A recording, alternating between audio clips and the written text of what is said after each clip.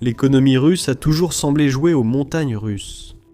De longues périodes de déclin sont suivies de périodes de croissance, puis ça monte et ça descend encore et encore, jusqu'à ce que plus personne ne sache vraiment ce qui se passe. Mais maintenant, un véritable effondrement approche, car la Russie avance en titubant comme un vieil homme essoufflé qui peine à respirer. Chacune de ces respirations pourrait être la dernière. L'humiliation de Vladimir Poutine est totale, car la Russie a été embarrassée sur la scène mondiale. L'Ukraine vient d'accomplir l'impossible, et l'économie russe en ressent les effets. Nous commencerons par le principal titre. Pour la première fois depuis le début de la guerre, l'Ukraine est sur le point de surpasser la Russie économiquement sur toute une année. Cette révélation provient de Euromaidan Press, qui a rapporté les perspectives économiques mondiales du Fonds monétaire international, ou FMI, publiées en janvier. Ce document fournit les prévisions du produit intérieur brut, ou PIB, pour les pays du monde entier. En 2026, certains des habitués figurent en tête de liste. Le PIB de l'Inde devrait augmenter de 6,2% cette année, et la Chine connaîtra une croissance de 4,5% selon le FMI. Mais la vraie nouveauté concerne la Russie et l'Ukraine. Le PIB de l'Ukraine devrait augmenter de 2%, contre seulement 0,8% pour la Russie, soit 1,2% d'écart. Cette différence est plus significative qu'elle n'en a l'air. L'Ukraine a réussi ce qui devrait être impossible en dépassant l'économie de la Russie. À un moment où tout le pays est frappé par la guerre que Poutine a déclenchée, cela ne devrait pas arriver. La Russie est désormais en bas du classement des grandes économies mondiales, largement dépassée par l'Inde, la Chine, les États-Unis et la zone euro. Alors que toutes ces économies, ainsi que l'Ukraine, affichent des chiffres encourageants, la Russie glisse vers la stagnation et, à partir de là, pourrait sombrer dans l'oubli total. Les signes montrent que les fondations économiques de la Russie s'effondrent et seront révélées plus tard dans la vidéo. Concernant l'Ukraine, la dépasser la Russie est une bonne nouvelle, mais reste douce amère. La chaîne YouTube, Nouvelles des anciens combattants, en explique la raison. Maintenant, pour être clair, si vous êtes une économie émergente comme l'Ukraine, et qu'il s'agit d'une économie à revenu intermédiaire, eh bien, 2%. C'est en fait assez difficile. On souhaite généralement observer ces économies en paix, avec des partenaires commerciaux solides et majeurs. En général, on les voit croître de 4, 5, parfois même 6% par an, dit la chaîne. En effet, la liste de décembre 2025 de Focus Economics des économies à la croissance la plus rapide au monde nous le montre. Des pays comme la Guyane atteignent une croissance de 22,4% grâce à une manne pétrolière, et l'Éthiopie croît de 7,3%. Cela est en partie dû au soutien de grands partenaires comme le FMI et la Banque mondiale. L'Ukraine possède des ressources et un soutien international, certes différents, ce qui pourrait favoriser une croissance comparable. Cependant, le simple fait que son économie progresse est notable. Alors que la Russie mène des frappes aériennes quasi quotidiennes et que jusqu'à 700 000 soldats tentent d'envahir, cela montre la résilience de l'Ukraine. La guerre que Poutine a déclenchée est en train de forger une grande nation. Elle risque aussi de détruire un pays autrefois grand. L'histoire ne porte pas sur ce qu'un monde parfait aurait offert à l'Ukraine si Poutine n'avait pas envahi. C'est ce que l'invasion a causé à la Russie. Le Moscow Times indique, via le rapport du FMI, que la situation de la Russie est plus grave qu'il n'y paraît. La prévision de 0,8% correspond en fait à une baisse de 0,2% par le FMI de ses estimations. Le même média note que les informations provenant de la Banque centrale de Russie, qui, disons-le, a tout intérêt à enjoliver les chiffres de croissance du pays, prévoit une croissance du PIB comprise entre 0,5% et 1,5%. Le dernier chiffre paraît ambitieux, le premier bien plus probable. Rappelez-vous que ces chiffres concernent l'année 2026. La prévision du FMI pour la Russie en 25 est actuellement de 0,6%, ce qui signifie que 2026 sera la deuxième année de stagnation pour l'économie russe. La situation actuelle suggère que la stagnation pourrait mener à un effondrement financier. Tous les signes sont là, et aucun des problèmes dont vous allez entendre parler ne va s'améliorer. Alors que Poutine poursuit une invasion qui a déjà coûté si cher à son pays. Commençons par les bases. Il va sans dire que le trésor de guerre russe s'épuise dangereusement sous la pression de la guerre en Ukraine sur l'économie. L'économiste Volodymyr Vlasiuk l'a clairement indiqué en octobre dernier auprès d'Euromaidan Press. Selon lui, la Russie n'aurait eu que 12 à 18 mois de financement de guerre avant d'épuiser ses fonds. À l'époque, le déficit budgétaire russe avait quadruplé, les revenus pétroliers tombant à peine à un cinquième du budget fédéral. En général, les revenus de l'industrie pétrolière et gazière de la Russie représentent entre 30 et 50% de ce budget. ainsi que 20% du PIB du pays. Selon l'Oxford Institute for Energy Studies, plus de 100 milliards de dollars avaient aussi été retirés du Fonds national de richesse de la Russie en octobre.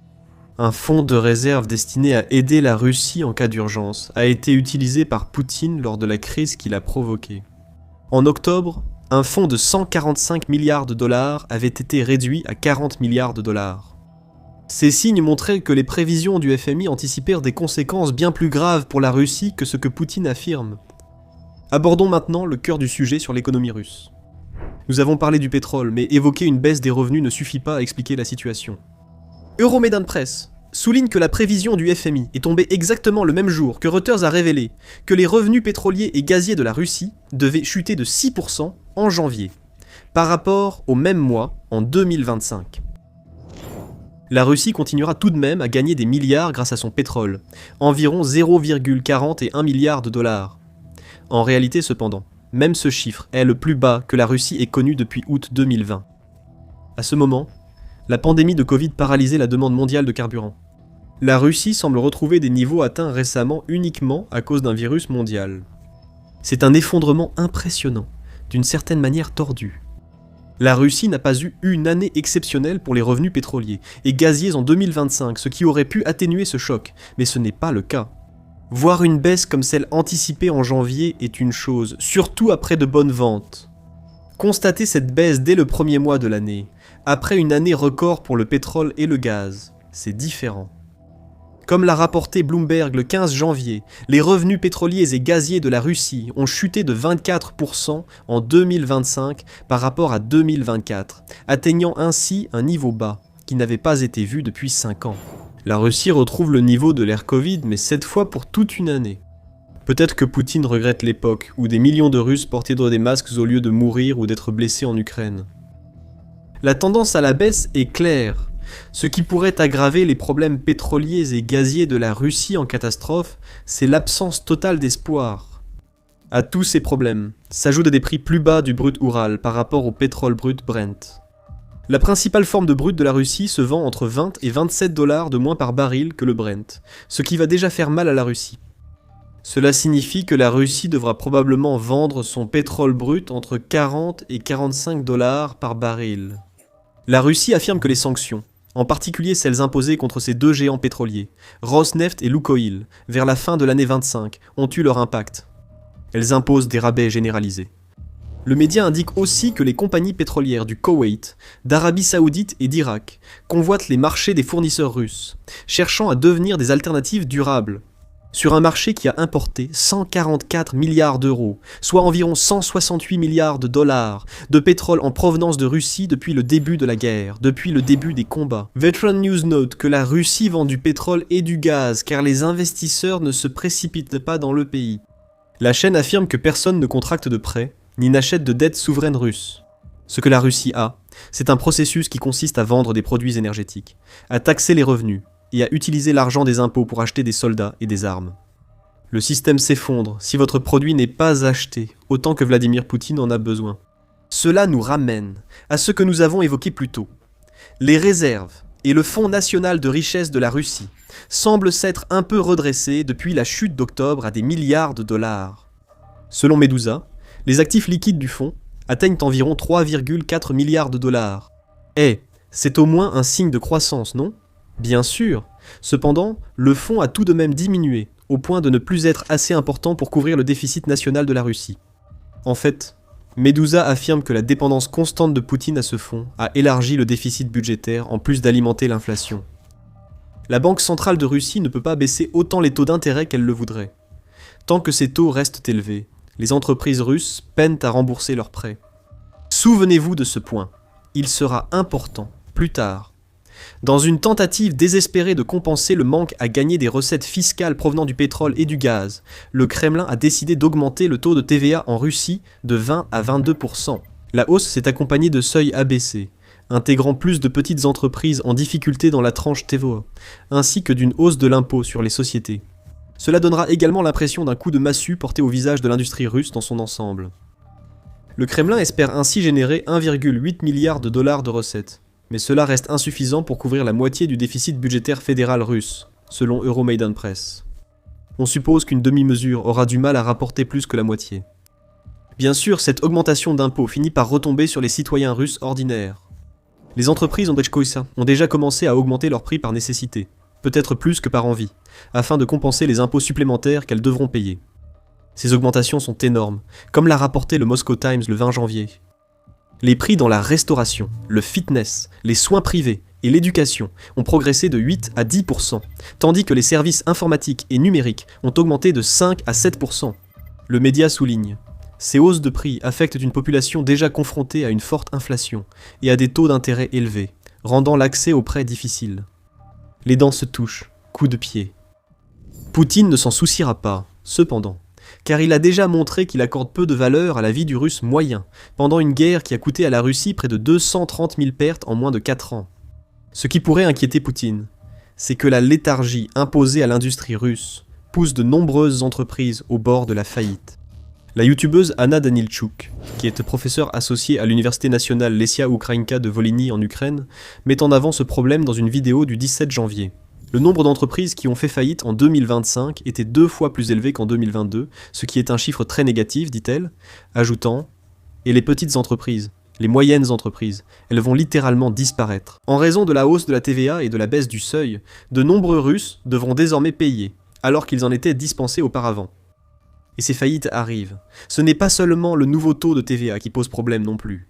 En novembre, le Moscow Times a indiqué que les entreprises russes subissent un endettement record après plusieurs années de taux d'intérêt élevés. En septembre 2025, le service de la dette absorbait 9% des bénéfices moyens des entreprises avant impôts et intérêts. Ces chiffres ne viennent pas d'une source occidentale. Le média indique que ces chiffres viennent du Centre d'analyse macroéconomique et de prévision à court terme, une organisation liée directement au Kremlin. La part du service de la dette a triplé en 2 ans jusqu'en septembre 25 et augmenté d'1,5 fois sur les 9 premiers mois de cette année. Le centre a indiqué que la charge des intérêts sur les revenus des entreprises est très élevée, dans une évaluation stoïque. Cependant, crier à l'effondrement de l'industrie russe au Kremlin n'est pas vraiment envisageable avec autant de fenêtres ouvertes. Davantage d'emprunteurs, qu'il s'agisse d'entreprises entières ou d'entrepreneurs individuels, étaient également en retard sur leur paiement. Au 25 novembre, ce chiffre s'élevait à 4,1%, début octobre. Cela marque déjà une hausse par rapport aux 17,9% d'emprunteurs en retard constatés en début d'année. Cette année, il commence à sembler que, s'il y a un mauvais indicateur économique à atteindre, la Russie est en première ligne pour l'obtenir. Et, naturellement, ces charges de dette entraînent des difficultés pour les entreprises partout en Russie. Le 1er janvier, Charter 97 a rapporté que plus de 7000 entreprises de transport routier russes sont désormais au bord de la faillite. Alors que les prix de l'essence s'envolent et que la dette devient ingérable, il est difficile de surestimer l'ampleur de ce problème pour la Russie. Ce pays dépend tellement du rail pour son transport que le Centre international pour la défense et la sécurité a surnommé le réseau ferroviaire russe le Léviathan de fer. Réfléchissez au lien entre transport routier et rail. Comment les marchandises arrivent-elles au train ? Comment les marchandises des trains sont-elles acheminées vers leur destination en Russie ? Le travail des camions est essentiel, donc la faillite de milliers d'entreprises de transport routier détruirait la logistique de guerre russe. Oh, et d'ailleurs, les chemins de fer russes, principale compagnie ferroviaire du pays, croulent sous une dette d'1 milliard de dollars, selon un article de Reuters partagé par investing.com. Apparemment, ces problèmes existent partout dans l'industrie russe. La situation est pire que ce que nous vous avons dit, car une partie de la société russe doit supporter ces attaques contre leurs comptes bancaires.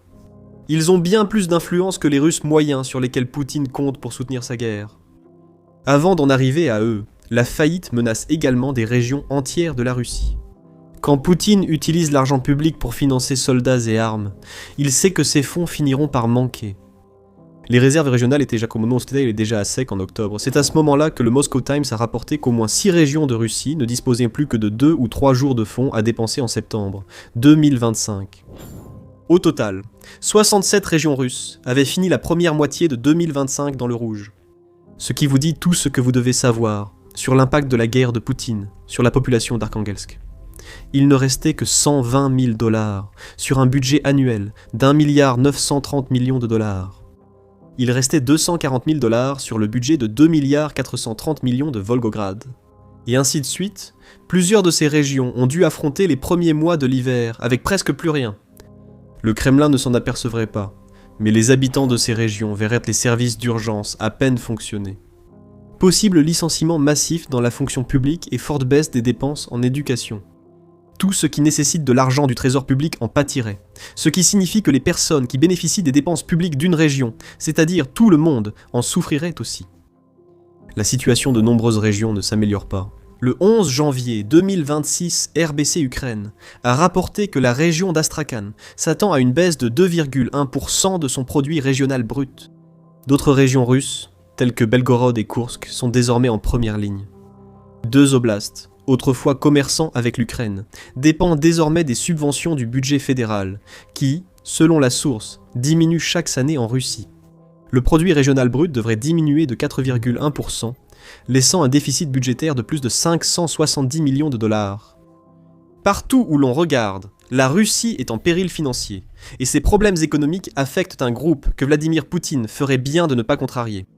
Ce sont les faiseurs d'argent et acteurs clés de l'industrie russe, bien que nommés par Vladimir Poutine, ce sont les oligarques. Daniel Tchouk souligne un point clé dans sa vidéo. Pensez-vous que les PDG ou propriétaires de Gazprom ou Rosneft sont heureux? Lire sur de nouvelles sanctions, des pétroliers saisis et des restrictions sur les exportations russes, alors que la Russie dépend de la vente de ses ressources? Bien sûr que non. Il y aura inévitablement une source de mécontentement qui se formera parmi les oligarques. Mais savoir s'ils feront réellement quelque chose concernant les problèmes de la Russie, dans le sens d'essayer de se débarrasser de Poutine, c'est une toute autre question. Poutine a réussi à priver les oligarques russes de leur voix et indépendance. Selon un rapport de la BBC du 8 décembre, ceux qui critiquent les politiques de Poutine risquent la nationalisation de leurs entreprises. C'est ce qui est arrivé à l'ancien banquier Oleg Tinkov, selon ce qu'il a déclaré à la BBC. Impossible de négocier le prix. On devait accepter ce qu'on nous imposait. Je ne pouvais pas négocier quand le Kremlin est venu avec une offre forcée de nationalisation après que j'ai qualifié la guerre en Ukraine de folle sur Instagram. Non, il ne semble pas que les oligarques vont se soulever.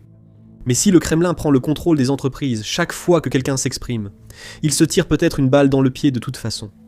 Ceux qui restent silencieux regardent leurs entreprises s'effondrer. Ces entreprises sont essentielles pour la Russie à cause des produits qu'elles fabriquent et des personnes qu'elles emploient.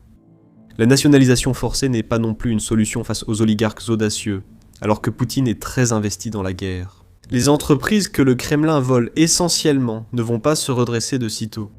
Même si ces entreprises nationalisées sont soudain exemptées de rembourser leurs prêts, cela impacte tout de même le système bancaire russe. C'est une douleur économique généralisée, et l'Ukraine observe l'économie russe s'effondrer, tandis qu'elle a accompli l'impossible alors que la guerre faisait encore rage. Qui sait? Peut-être même que quelques oligarques, lassés de l'approche de Vladimir Poutine basée sur la carotte et le bâton, pourraient être complotés silencieusement dans l'ombre pendant que nous parlons. L'effondrement pourrait survenir dès cet hiver, en raison de l'économie russe chancelante et du fait que Vladimir Poutine perd ses soutiens internationaux, alors que la Russie s'enfonce dans une crise financière. Découvrez notre vidéo expliquant pourquoi l'avenir de la Russie pourrait être irréversible. Si vous avez aimé cette vidéo, abonnez-vous à The Military Show pour recevoir d'autres mises à jour sur les économies de guerre en Ukraine et en Russie. Merci de nous avoir regardés.